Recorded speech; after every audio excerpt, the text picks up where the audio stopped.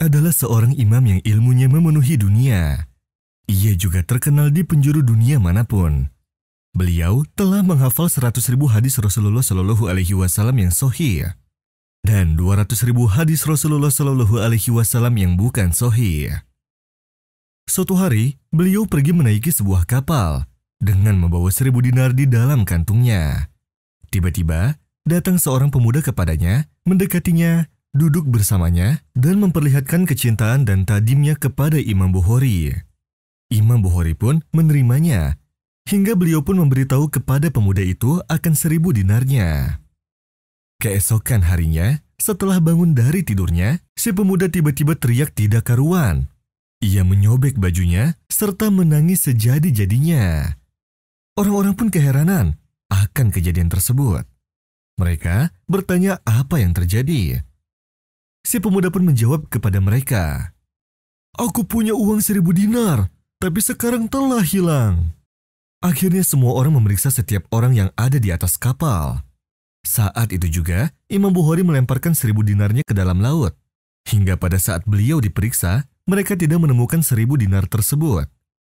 Saat pemeriksaan selesai, semua orang datang kepada si pemuda itu dan menghardiknya dengan sangat keras, karena dia telah membohongi semua orang. Setelah kapal sampai tujuan, semua orang pun turun. Lalu si pemuda pun datang kepada Imam Bukhari dan berkata, "Apa yang kamu lakukan dengan 1.000 dinarmu?" Imam Bukhari pun menjawab, "Aku telah membuangnya ke laut." Si pemuda itu pun takjub akan perbuatan beliau. Lalu ia bertanya, "Bagaimana bisa kamu sabar dengan kehilangan uangmu?" "Aku telah menggunakan seluruh hidupku untuk mengumpulkan hadis-hadis Nabi Shallallahu Alaihi Wasallam, sehingga dunia tahu akan kejujuran dan sikapnya diriku. Maka bagaimana mungkin ini semua hancur karena adanya tuduhan pencurian kepada diriku berapapun harganya? Dan apakah sekantong uang itu sama berharganya dengan apa yang telah aku usahakan selama ini?" Jawab Imam Bukhari, "Ya ayyuhalladzina amanu ittaqullaha wal tanzur nafsum ma qaddamat lighadin wattaqullaha innallaha khabirun bima ta'malun. ولا تكونوا كالذين نسوا الله فأنساهم أنفسهم أولئك هم الفاسقون لا يستوي أصحاب النار وأصحاب الجنة أصحاب الجنة هم الفائزون لو أنزلنا هذا القرآن على جبل لرأيته خاشعا متصدعا من خشية الله وتلك الأمثال نضربها للناس لعلهم يتفكرون هو الله الذي لا إله إلا هو عالم الغيب والشهادة هو الرحمن الرحيم هو الله الذي لا إله إلا هو الملك القدوس السلام المؤمن المهيمن العزيز الجبار المتكبر سبحان الله عما يشركون هو الله الخالق البارئ المصور له الأسماء الحسنى يسبح له ما في السماوات والأرض وهو العزيز الحكيم.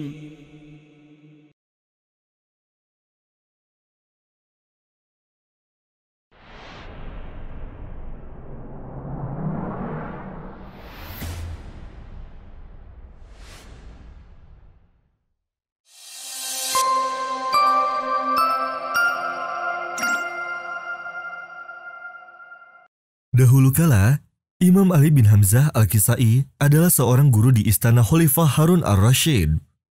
Ia mengajarkan anaknya Ma'mun yang saat itu masih kecil. Suatu hari, saat Imam Kisai selesai mengajar, tiba-tiba beliau memukul Ma'mun tanpa sebab. Maka Ma'mun pun marah dan bertanya mengapa ia memukulnya. Sang imam menjawab, "Diam." Sejak saat itu sang imam sering memukulnya. Ma'mun pun selalu bertanya kepadanya akan sebab memukulnya itu. Namun sang imam masih menjawab, "Diam." Setelah 20 tahun berlalu, saat Ma'mun menjadi khalifah, pertama kali yang ia lakukan adalah memanggil gurunya Imam Al-Kisai. Dan ia bertanya kepadanya, "Mengapa engkau memukulku waktu itu?" Sang imam pun terkejut akan pertanyaannya. Akan tetapi, beliau justru tersenyum seraya berkata, "Kamu belum lupa?" "Demi Allah, sampai sekarang aku belum lupa," jawab Ma'mun. Imam Al-Kisai pun berkata dengan penuh kewibawaan hingga terdengar sampai ke semua orang yang ada di dalam ruangan. "Agar kamu belajar bahwa seorang yang terzolimi tidak akan lupa, maka janganlah kamu menzolimi siapapun. Karena sesungguhnya, zolim terhadap manusia itu tidak akan terlupakan, dan api yang ada di hatinya tidak akan padam, walau telah terlewat selama bertahun-tahun. Dan Allah pasti mempersiapkan hari pembalasan bagi yang menzolimi manusia di waktu dan tempat yang tepat, jika yang terzolimi belum memaafkannya." Sebagaimana Rasulullah Shallallahu Alaihi Wasallam pernah bersabda, "Jauhilah dari kalian kezoliman, karena kezoliman adalah kegelapan pada hari kiamat." Ma'mun pun takjub dengan apa yang ia dengar dari gurunya. Ia pun berkata pada gurunya bahwa ia tidak akan menzolimi siapapun selama-lamanya. Ia akan menegakkan keadilan. Bahkan ia akan menghilangkan kezoliman yang ada waktu itu dengan secepat mungkin, supaya Allah menerimanya karena ia telah menghilangkan perbuatan zolim tersebut. وَنَضَعُ الْمَوَازِينَ الْقِسْطَ لِيَوْمِ الْقِيَامَةِ فَلَا تُظْلَمُ نَفْسٌ شَيْئًا وَإِنْ كَانَ مِثْقَالَ حَبَّةٍ مِّنْ خَرْدَلٍ أَتَيْنَا بِهَا وَكَفَى بِنَا حَاسِبِينَ.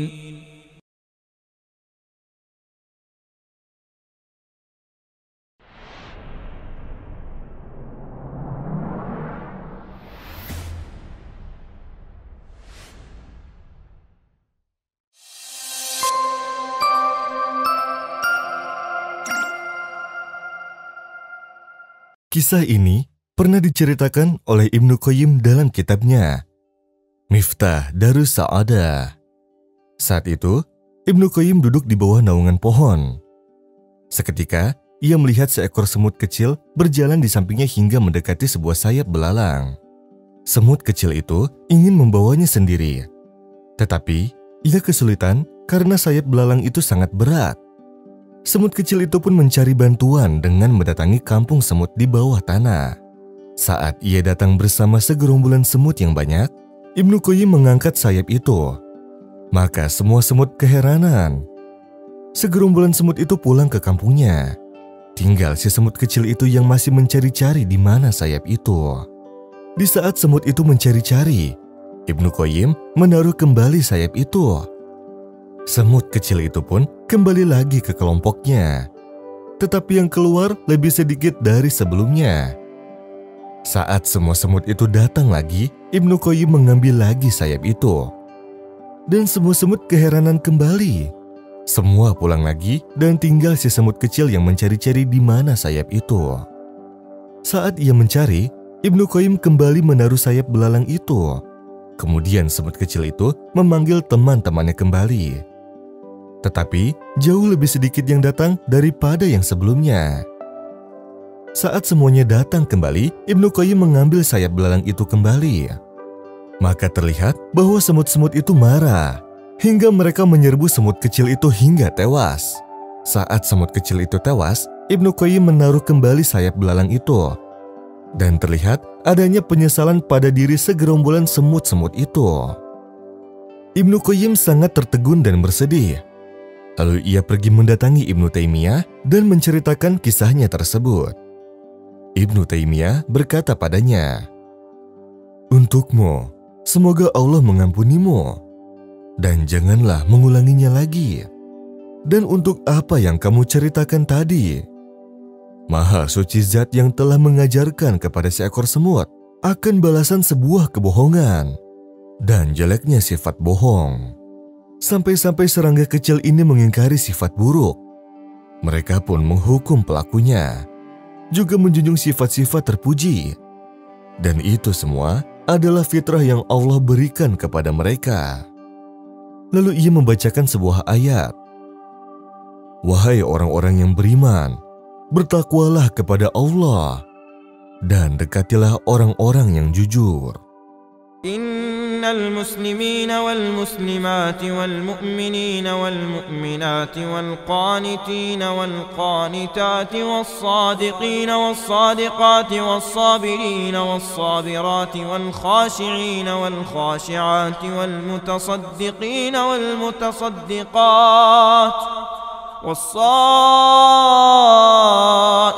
والصائمات والحافظين فروجهم والحافظات والذاكرين الله كثيرا والذاكرات أعد الله لهم مغفرة وأجرا عظيما.